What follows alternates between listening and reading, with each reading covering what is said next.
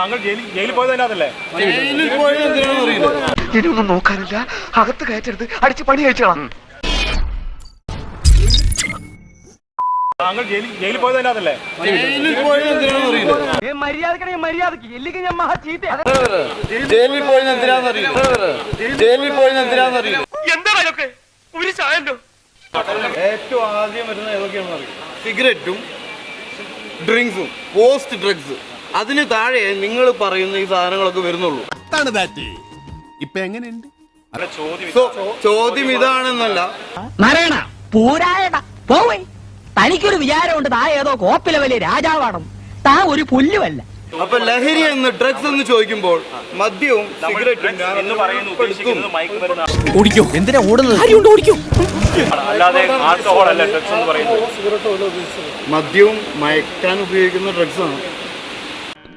കണ്ടോ ഇവനൊന്ന് പരുകുന്നത് കണ്ടോ? മദ്യവും മയക്കാൻ ഉപയോഗിക്കുന്ന ഡ്രഗ്സ് ആണ്.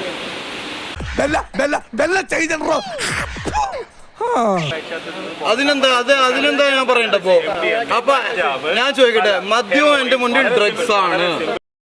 ഞാൻ ദമയന്തിക്കിട്ട് കുത്തിയതാ കൊണ്ടത് ഡയാനിക്ക്.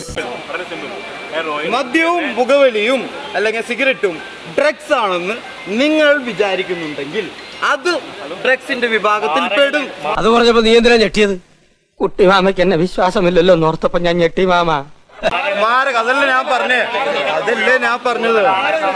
പാവം അവൻ വിജൃംഭിച്ചു പോയി. മദ്യവും സിഗരറ്റും ലഹരിയാണെന്ന് നിങ്ങൾക്ക് തോന്നുന്നുണ്ടെങ്കിൽ, അത് നമ്മുടെ സമൂഹത്തിൽ വളരെയധികം ബാധിക്കുന്നുണ്ട് എന്ന് നിങ്ങൾക്ക് തോന്നുന്നുണ്ടെങ്കിൽ എന്റെ ഒരു സ്വന്തം. ഇനി ഇവിടെ നിന്നാൽ എന്റെ പണി പോവും. ഇവിടെ നൂരാ. ജയിലിൽ പോയത് അതിനകത്തല്ലേ?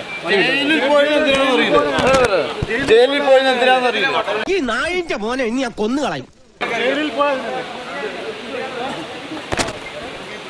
അത് നിങ്ങൾ സമ്മതിക്കുന്നുണ്ടെങ്കിൽ എന്നോട് സംസാരിക്കണം. ഞാൻ ജയിലിൽ പോയ കഥയൊക്കെ നിങ്ങൾക്ക് അറിയാലോ. നിനക്കൊന്നും പറ്റിയില്ലേ? ഇല്ല, ഇന്നത്തേക്ക് വേണ്ടാന്ന് വെച്ചു. ആര്, നീയോ? അല്ല, അവൻ. എന്നാ പിന്നെ ഞാൻ അങ്ങോട്ട് പോട്ടോ. എന്റെ അമ്മ.